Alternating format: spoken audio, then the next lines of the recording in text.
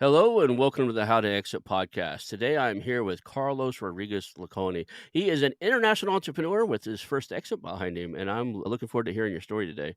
Thank you for being on the show, Carlos. Hi, thank you for having me. Pleasure to be here.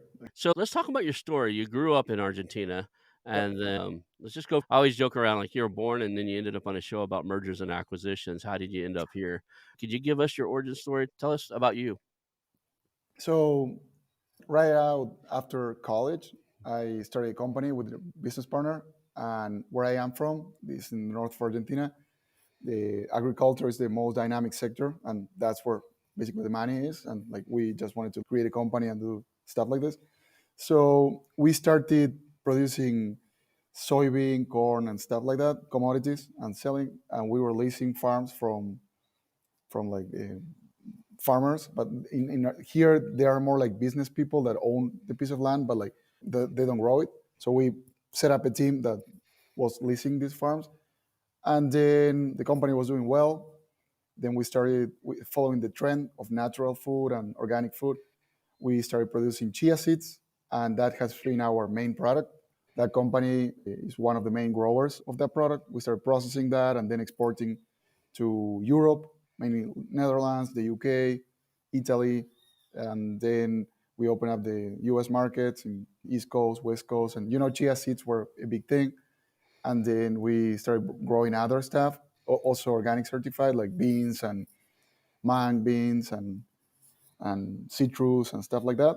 But everything was going well. This was in '09 when I started the company, and I always wanted to go to the US to do my MBA. And then my plan was just to go to Boston, do my MBA, and come back to the business and continue growing it.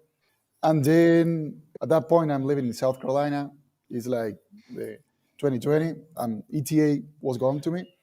And I received a LinkedIn message from someone saying, "Hey, do you want to manage my dad's company and be the general manager, CEO of this company?" And I said, like, at first it was all written like on the ETA lingo. So I said, "Oh, this looks cool." And then so I had a call with the guy, super cool guy, and explained me the whole situation. Basically, it was a company, a Boston-based company, Boston Tree Preservation, founded in 1977. His dad is an arborist, and he started this company and developed a bunch of. Basically, he developed the concept of organic plant healthcare. At that point, I didn't know anything about like landscaping or plant healthcare or stuff like that. But I started talking with these guys, and I said, I don't want to manage a business that I'm not looking for a job or like I'm on another thing. I really like ATA. And then talked to the whole family, the founder and his son that was in the board of the company. And I proposed, let's do a deal based in search fund terms and put together the company, grow it, and sell it. So when I thought of this is landscaping, it's nothing to do with that. They just go in the tracks, spray the products, and then continue. And when you're in landscaping, tree removal business or stuff like that, you cut your tree and that's it. You charge like a couple of grand to the house owner, and that's not recurrent. It has a lot of capex, liabilities, like a bunch of things. This company, this is like super lean business model. Another thing that caught my attention was that everything was in paper. So it was a company like that had software from 1980, but like the software wasn't doing well. And then everything was in paper. And the best thing of the business, two-thirds of the revenue came as prepaid. So that to me was amazing. So basically, the company performs the services from March to December, but gets paid for most of it during the winter on the months that the company is not doing anything. So we start with cash here, and then like it goes like that, and you operate out of that. So positive cash cycle. Everything that we read in all the search fund literature was there. So I Yeah. said, this is like the perfect business. But this time we were better prepared. Put like the market price for that, and then like work on the whole debt coverage ratio and everything so that everything would be feasible at this time. Mhm. And then through the community, the search fund community, all the professionals that I use, I will get it from like the community, which is great. Like podcasts like the one you do, and there are other guys like listen to all of them and then mention something and then you take steps. So actually, this really helps prospective searchers and searchers what you do. And basically, what we did, at that point, we had to do the whole quality of earnings report, and it was also someone from the community and also from Babson. So everything was like rounding around my college. Then we work on that, and that was like an amazing experience. Work back to back with this guy that had 15 years of experience in private equity, and then had his company that does like quality of earnings reports for search funds. That Hmm. was really cool work. And then like we finally got approved, sold the company, and now the company is doing really well. I mean, I left the company in November.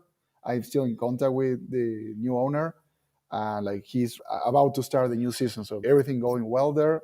You don't have that intermediary, and they're teaching them what to expect next. I've talked to business owners that they don't have a clue what an LOI even is. And Yeah, then I had one guy say, "Why would you even send me something that's non-binding? Is this like a hollow promise or something?" He was offended by the whole concept of an LOI that's non-binding. yeah, and Yeah, especially like people that are like in their 70s. I mean, we're dealing with baby boomers, and like they don't want to deal like the whole process is really long. It took us 9 months for yeah, like due diligence, that like getting the funding, doing the whole thing.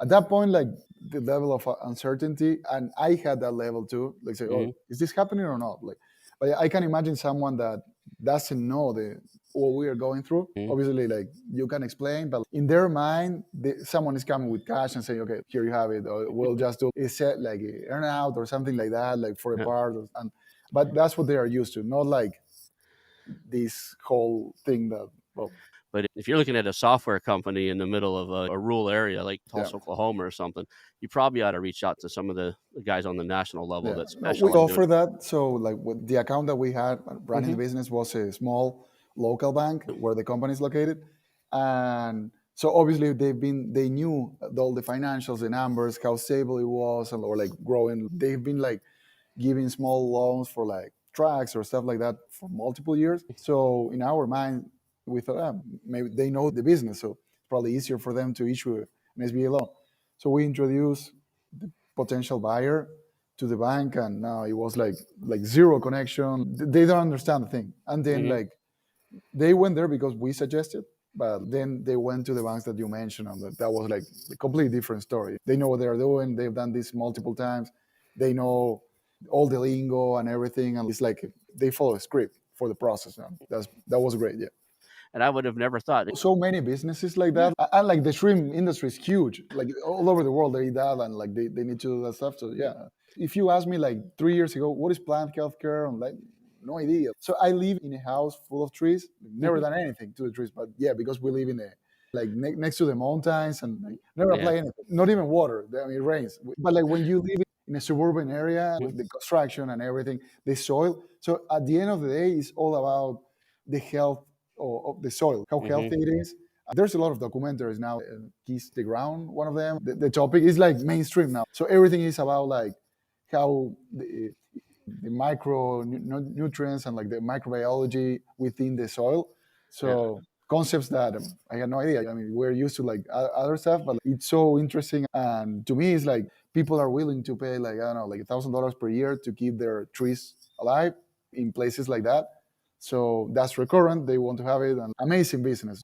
What I did at some point was go to the brokers, like the websites that are there, and you see a lot of businesses, and start digging in business that I like, talking to a broker.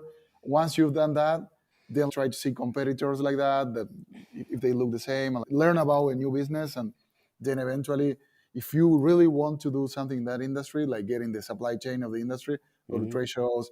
If you're talking about like landscaping, go to places that they supply stuff for that, and these people will know. Oh, there's a guy that is 70, probably yep, selling or like stuff like that. That's what I do. In my case, like as I say, I like to see the final product. In this case, our services, so taking care of some of a tree in the case of us tree. But yeah, like I would try to do something in an industry that I know, and yeah, like, because the asymmetry of information is so big on the negotiation with a business owner, that at least I want to know like 60% if you know the industry,